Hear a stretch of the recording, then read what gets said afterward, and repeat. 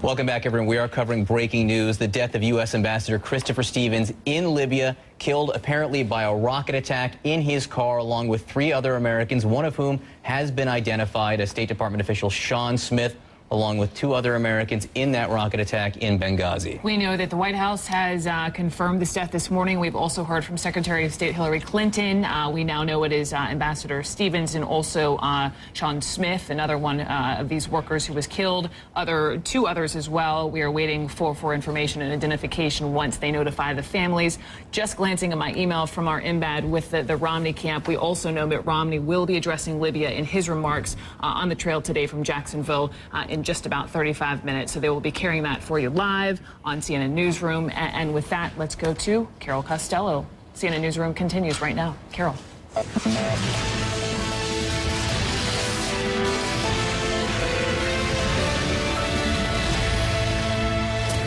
And good morning to you. Thank you for being with us. I'm Carol Costello. We begin, of course, with breaking news. Anti-American mobs attack embassies in Egypt and Libya.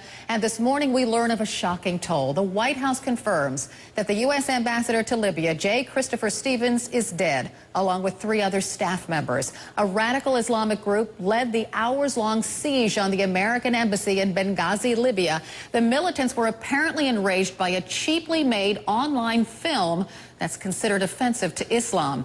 Just last hour, one Libyan leader joined the international chorus in condemning the attack. We apologize to the U.S. and to the American people and to the government and also to the rest of the world for what happened yesterday. And at the same time, we expect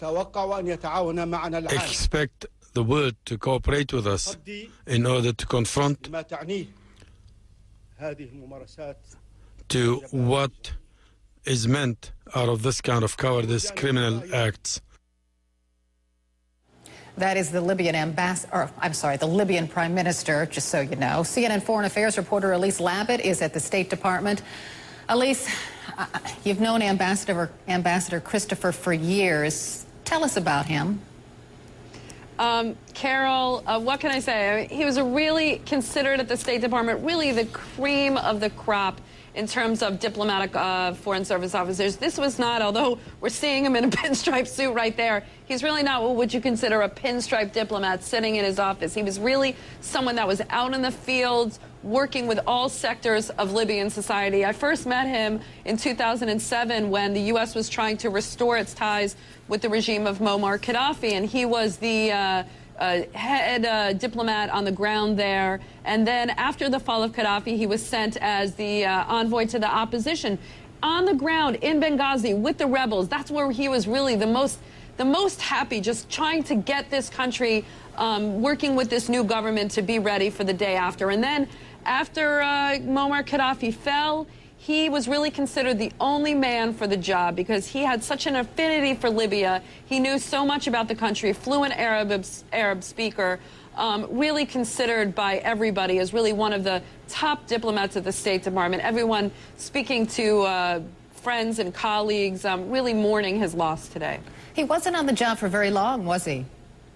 He wasn't on the job as U.S. ambassador for very long. In fact, it was just several months ago that I attended his swearing in, and Secretary Clinton swore him in. But he's been working on Libya for the past 5 years, as I said, first as that envoy to the Muammar Gaddafi regime, and then as an envoy to the Transitional National Council. So really, Libya always in his heart. And I remember before he left, a lot of us attended a brunch in his house, some journalists and also some colleagues from the State Department, where he hadn't been appointed yet, but he knew, and he just wasn't telling us that he was going, and he kept talking about how he couldn't wait to go back, couldn't wait to help this country start anew and get back on his feet. So it's really so tragic that someone, of course it's tragic when any U.S. diplomat dies in the line of duty, but really tragic that someone who loved the country of Libya so much died trying to help this country get its back on its feet. Carol. Elise Labott reporting live for us. CNN has also learned Marines were not securing the American consulate in Benghazi. Marine reinforcements are now on their way to Benghazi, where they will help secure what's left.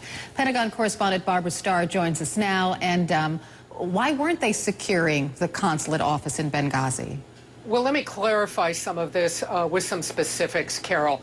The U.S. installation in Benghazi is simply not a place where Marines are typically posted. Security is provided 3 ways to U.S. diplomatic installations. There may be U.S. Marine security personnel. There may be State Department diplomatic security personnel. Those are the type of people that typically travel with an ambassador when he's in a car. And there are also many places around the world there are contractor personnel that are hired to provide security. This is all very typical.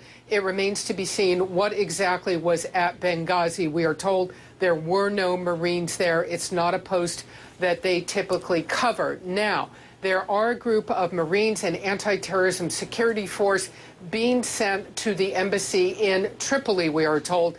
This is a reinforcement of the security there. More personnel, heavier weapons, providing more of a presence. We will see what emerges in Benghazi, but the move now is to try and reinforce the U.S. Embassy in Tripoli, make sure there's a very significant security footprint. Secretary Clinton, the president, all talking about putting more security at installations around the world. I think the big question now that everybody is asking everywhere, is there enough security? Is there an understanding of potential mob threats? And is there enough security in place to deal with it? Carol? Yeah, the pictures we're looking at, I just want to explain. These are Marines protecting the embassy in Kabul, Afghanistan. Let's get back to the consulate office and the car in which the ambassador was driving, or was in, rather, in Benghazi. Do we have a picture of the car? I'm sure we do. Hopefully we can put that up. The car looked like a typical car that the ambassador was in. Do you know anything about that? And should he have been in a more secured car, like an armored car, let's say? Well, I would have to see the picture. I have to tell you, we have traveled in these convoys as journalists many times ourselves. There are the typical appearing SUVs, if you will, that often are armored and have protective glass in them that you might not. Is that the picture of his car that you might not recognize from the outside? This is the picture of the car. And let me just interrupt, because it was hit by rocket-propelled grenade, RPGs. That's how they attacked the car. So I think that what we are looking at, Carol, is a need for accurate detail here that we simply don't have. What the reporting has been indicating is, as the installation in Benghazi was coming under attack, they were perhaps trying to reposition, move to a more secure location. So whether they put him in a car just to get him out of there as fast as possible remains to be seen. It's a little tough, I have to tell you, from this picture to determine whether or not this was a reinforced vehicle. But look, what we are talking about here is if somebody with a rocket-propelled grenade wants to attack a vehicle, that vehicle is likely to be destroyed unless it's a U.S. military Humvee or heavily armored military vehicle. The question on the table is, did the Libyans understand that this threat was forming? Did they deploy the security forces to deal with it? And did the U.S. understand it and have enough security forces on hand to deal with it? Security for U.S. installations. Inside the fence line, it is a U.S. responsibility. Out on the street, it is the host nation, and it is their responsibility. It is very clear, their responsibility to deal with the violence and make sure it does not threaten an embassy or threaten U.S. personnel. If the ambassador had to be moved, however, and go through this situation out on the street, this is a very dangerous circumstance, Carol. Do we know of anti-American sentiment, widespread anti-American sentiment within Libya? I mean, has that been going on? Well, my colleague Jomana in Tripoli would be in a better position to answer that than me. I think that it is fair to say that there are elements of this across Libya and across so many places. I mean, look what happened in Cairo yesterday at the main U.S. embassy in downtown Cairo.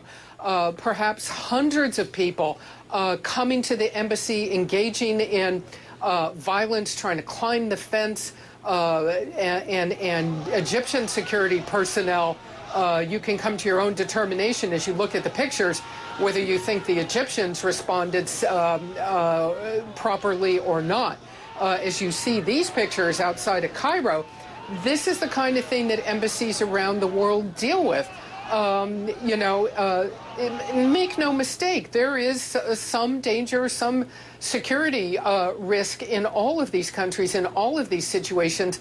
But what the U.S. is very clear on, as are countries around the world, if you're going to have diplomatic relations with countries, if you're not going to, isolate and only be at home, one, you do take some risk, but two, you negotiate security arrangements with a host country, and it is supposed to be the case that they provide security out on the street. Two questions. How did the mob violence form and not get dealt with by the host nation security? Was there enough security inside the embassy? Was there enough security for the ambassador, sadly, and his team? Carol? Questions that hopefully will be answered soon. Barbara Starr, thank you so much for putting things into perspective for us. Thank you very much. Let's head out to Cairo now. We have a picture of protesters in front of that embassy in Egypt. And you saw the pictures that Barbara showed it. Those were from last night. Well, these are from earlier this morning. There are anti-American sentiments on that wall. In fact, there's one sentiment in English. We can't show it to you because it has the F word in it. It says USA and then that word. And of course, we've tightened the shot so you can't see that. But you can see there still are protesters outside the embassy in Cairo. We'll be heading to Egypt soon. Just wanted to show you that picture. Want to get a better idea of exactly how the deadly attack in Libya unfolded, though. CNN's Jomana Karacha is in Tripoli. She joins us by phone. How exactly did this happen, Jomana? Carol, there are conflicting reports right now about what actually happened, what led to the killing of Ambassador Stephens and the 3 other employees at the consulate. We are hearing statements made by the Deputy Interior Minister for the eastern part of Libya, that is where Benghazi is, saying that the deaths happened after the embassy, the consulate staff were transferred to a secure location, but that was dismissed by the Libyan Prime Minister today, just a short while ago during a news conference. He refused to go into details of how the attack unfolded, but said it is under investigation, and as soon as the investigation is done, and they will announce the details and explain what happened. We do know from eyewitnesses who were at the scene yesterday outside the consulate that rocket-propelled grenades were fired by the armed group that was storming the consulate. There was a fierce firefight that took place for hours there, according to one eyewitness who described the scene yesterday as a front line. So there are a number of different reports of what led to the fatalities, but nothing yet confirmed. We have not heard yet from the U.S. State Department or the embassy here about the details, and the Libyan government is also doing the same. So I know there were people firing RPGs. Were there other sorts of attack too? I've read that grenades were tossed into nearby buildings. I've heard that the consulate building itself was looted. What have you heard? Exactly that, Carol. There were different types of weapons used, heavy machine guns used. I could hear that yesterday on the phone as I was speaking to eyewitnesses outside the embassy. As you said, RPGs also fired. There was a fire, according to eyewitnesses, at the consulate building. This is a country that is awash with weapons. There is definitely no shortage of weapons or armed people around this country. So this is an attack. It was a full-force attack that took place. Whether it started as that or if it escalated into that is something that is yet to be seen.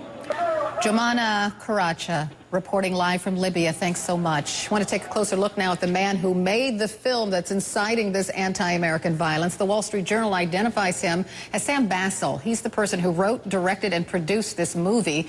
Paper says he's an Israeli-American real estate developer. He told the Journal that he funded the project by raising $5 million from about 100 Jewish donors. He would not identify any of those donors. We've been trying to reach Bassel since yesterday, and we'll continue to try to report as much as we can about this man and the source of his funding. In the aftermath of the violence in Libya, a war of words, dueling statements have come out over the past 24 hours, and we wanted to put them into context for you. Before the attacks, the U.S. Embassy in Cairo issued a statement that seemed to apologize for anti-Muslim activity in the United States. That prompted the White House to quickly release another statement through an administration official saying the Cairo embassy remarks were, quote, not cleared. Secretary of State Hillary Clinton then issued her own statement condemning the attacks in the strongest possible terms, but that was not quick enough for the Romney camp, which blasted the Obama administration, saying, quote, "It's disgraceful that the Obama administration's first response was not to condemn attacks on our diplomatic missions," end quote. And of course, that prompted this response from the Obama campaign spokesperson, Ben LaBolt. Quote, "We are shocked that at a time when the United States of America is confronting the tragic death of one of our diplomatic officers in Libya, Governor Romney would choose to launch a political attack," end quote. But as you might expect, the situation is getting even more political. This morning, Newt Gingrich appeared on CNN, and he blasted President Obama. But when the American flag is torn down and destroyed, when an American ambassador and 3 other Americans are killed, my reaction is not to find some way to be pleasant and understanding and caring about the people who are killing Americans, tearing down our flag, and assaulting our country. Okay, so with all of this going on, we need some help in sorting it all out. Our White House correspondent, Brianna Keeler, is coming to our rescue. Hi, Brianna. Hi there, Carol. And I just want to let you know, obviously, President Obama putting out a statement this morning. He learned last night that Ambassador Stephens was unaccounted for. He didn't learn until this morning that the ambassador was dead. And this morning he said, "I strongly condemn the outrageous attack on our diplomatic facility in Benghazi, which took the lives of 4 Americans, including Ambassador Chris Stephens." It's a rather long statement, I'll tell you, but it also says, while the United States rejects efforts to denigrate the religious beliefs of others, this is him talking about that online film that many feel is offensive to Islam and that prompted these protests. He said, we must, and this violence, obviously, we must all unequivocally oppose the kind of senseless violence that took the lives of these public servants. Now, on the politics of this, Carol, Mitt Romney will be speaking from the campaign trail at about 9:30 from Jacksonville, Florida. So we'll be looking to see what he says, and maybe he's trying to put a different face on what he's going to say than his comments that came out last night.